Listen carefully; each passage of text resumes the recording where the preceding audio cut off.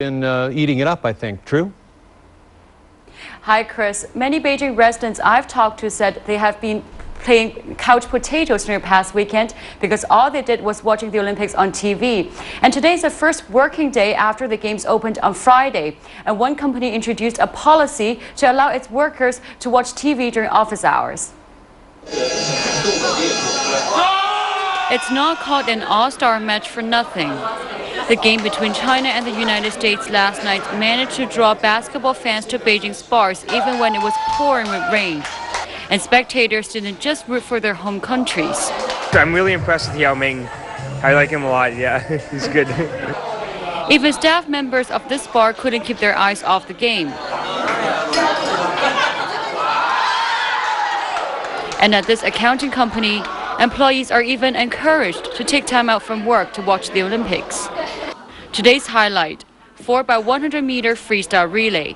I think after relaxing and actually will bring us more efficiency into the work, which means we don't have to work longer. Staff at this company get to leave their desk for 15 to 30 minutes every day to watch the games live on TV, as long as the break doesn't affect their job. And the management believes the policy can help boost the staff's morale. The purpose is not keeping them there, but we hope that he can feel it's not just hard working, but they can actually enjoy themselves here. But those staying outdoors are not as lucky. Local authorities said televisions have been set up at various parks in the capital city for residents to watch the games live. But when we got there today, some of the screens were taken down. Security officers from the park said that's to avoid spectators from gathering at the premises. At 8 o'clock tonight, the Chinese women's basketball team will play against the USA. And tomorrow, American swimmer Michael Phelps will go for his third gold at the 200-meter freestyle final. That's all from me here in Beijing. Back to the studio. Thanks to Mona Lam reporting live. Well, rain marred today's Olympic equestrian events held at Bees River in Shengshui. The eventing competition moved on to stage 2 today. That's the cross-country competition. 4 riders tumbled off their horses, including China's representative, Alex Hua. Nicole Sang takes a look. China's 18-year-old Alex Hua is the country's only athlete in the eventing competition. He rode off to a good start despite the rainy weather. But luck was not on his side. He tumbled off the 8th obstacle and was then disqualified. My fault, really, completely. I completely rode like an absolute idiot. His father said the horse, Chico, was in excellent form but got confused on the approach to the obstacle and tripped. Organisers say the rainy conditions did not have a part to play in the fall. Sports is sport. There will always be some incidents happened in any sport.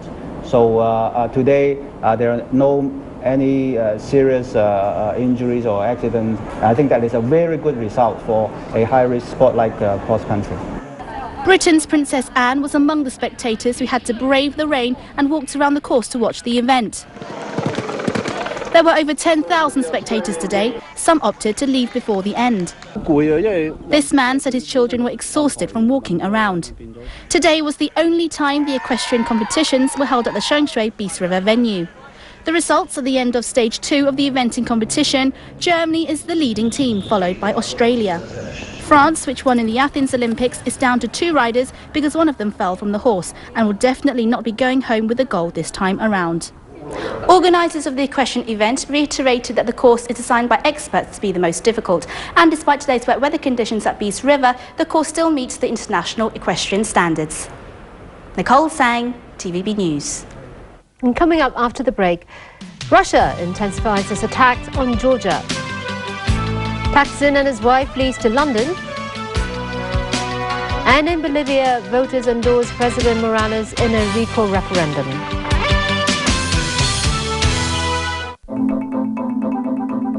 You've given me purpose, Carl. I'm really a hero.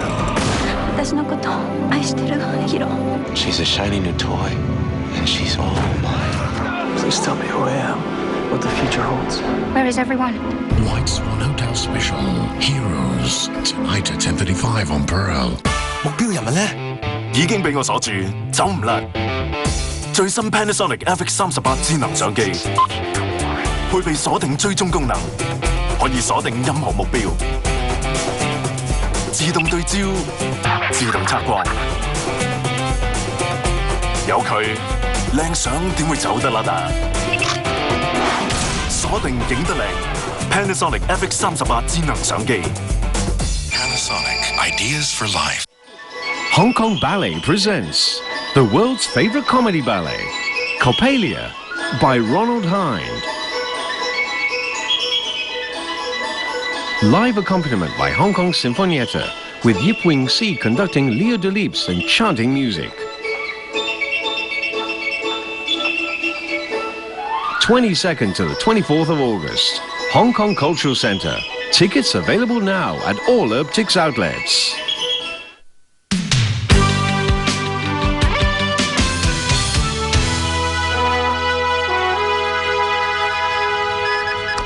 Welcome back. Russia intensified attacks on Georgia today, ignoring international appeals for a ceasefire and U.S. diplomatic warnings. After taking control of Georgia's breakaway region of South Ossetia, Russian warplanes carried out fresh bombing raids on Georgia proper. And Georgia says it's received a Russian ultimatum that it must disarm its troops near another breakaway province, Abkhazia, or face Russian forces moving into Georgian-controlled territory. James Logilia reports. Russian warplanes are being kept busy by Moscow over Georgian airspace. They bomb radars at Tbilisi International Airport, a special forces base, and an air traffic control center in the Tbilisi suburbs. Explosions could be heard from the center of the capital. Civilian targets have also reportedly been hit in other cities and villages. On the ground, Russia is sending more than 350 armored vehicles to add what is officially a Russian peacekeeping force in the breakaway region. Moscow is also preparing to deploy 9,000 troops to bolster its forces inside a second separatist Georgian region, Abkhazia. Why the Russian show of force? Well, one reason could be that despite Georgia's declaration of a withdrawal from South Ossetia, Moscow says Georgian soldiers are still there and shooting, claiming 3 Russian soldiers were killed and another 18 wounded by Georgian forces in South Ossetia today. The United States has strongly criticized Russia. U.S. President George W. Bush today said he had told Russian Prime Minister Vladimir Putin that the violence in Georgia was unacceptable. U.S. Vice President Dick Cheney told Georgian President Mikhail Saakashvili in a telephone conversation that Russian aggression must not go unanswered. But there's really not much Georgia's superpower ally can do, short of looking to the international community to stop the violence. Europe is leading diplomatic efforts to end the conflict.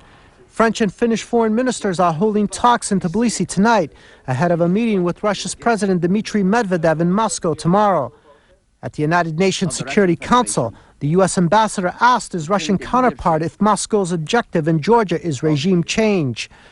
Russian Ambassador Vitaly Churkin did not directly respond, calling the term an American invention, but Moscow has indicated the Georgian president must go. James Logilia, TVB News. Thailand's ousted Prime Minister Thaksin Shinawatra and his wife have jumped bail and fled to London.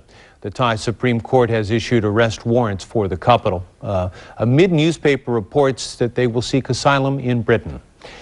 In a handwritten statement faxed to different news outlets, Thaksin says he could not receive a fair trial because his political enemies were interfering in the courts to finish him and his family off.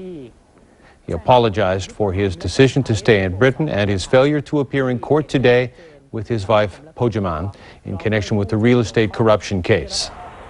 Thaksin's wife received a 3-year jail sentence last month after being found guilty of tax evasion. She was granted bail, awaiting an appeal.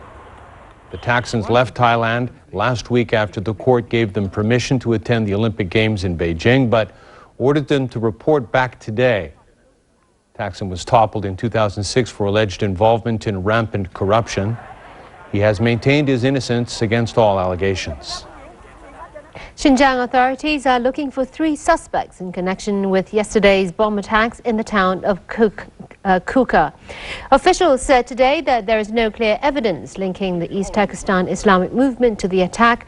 12 people were killed when homemade bombs were hurled at government buildings and a police station. 10 of them were attackers. One was a security guard and the other a civilian. According to officials, all the assailants were of the Uyghur ethnic minority and 2 of them were women. A bold gamble by Bolivian President Evo Morales to break a political deadlock and re-energize his leftist revolution, that is, has paid off. Voters resoundingly endorsed him in a recall referendum. More than 63% of voters in the bitterly divided Andean nation ratified the mandate of Bolivia's first indigenous leader and his vice president. 8 of the country's 9 governors were also subject to recall. And according to a private tally of votes, 2 Morales foes were among the 3 ousted. But all 4 governors in the pro-capitalist East easily survived Sunday's plebiscite as expected. Back locally, the Foreign Domestic Helper Levy used to provide the Employees Retraining Board with a stable source of income. But since the 2-year waiver on the levy is now in force, subsidies offered to trainees by the Employees Training Board are expected to be drastically cut. The board says it will have to make certain adjustments to its program structure, and some of their plans for development may have to be held back. Priscilla Ng reports. Wang Yuk-chen wrote her HKCEE exams last year. After working as a waitress for a few months, she lost her job and became unemployed. She then enrolled in a 20-day course in massage offered by the Employees Retraining Board. After completing a qualifying test, she received a retraining subsidy of $153 a day, or more than $3,000 a month.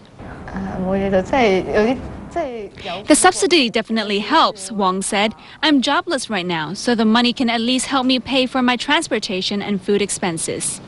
Last year alone, the Employees Retraining Board spent up to $68 million subsidizing students like Wang. But after their main source of income, money collected from the Foreign Domestic Helper Levy, was suspended, officials say they'll most likely reduce the amount of money they will give out this year.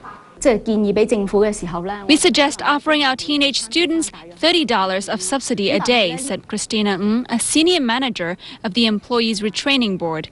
But we have not decided on whether or not we'll provide subsidies for participants of the Qualifications Framework program. In a bid to further cut costs, Ng said the board may have to drastically reduce the number of students they take in this year. Priscilla Ng, TVB News. So over to you for the rest of the sport. Thanks, Jenny. Golf to start as Ireland's Padraig Harrington became the first European player in nearly 80 years to win golf's PGA Championship. Harrington outdueled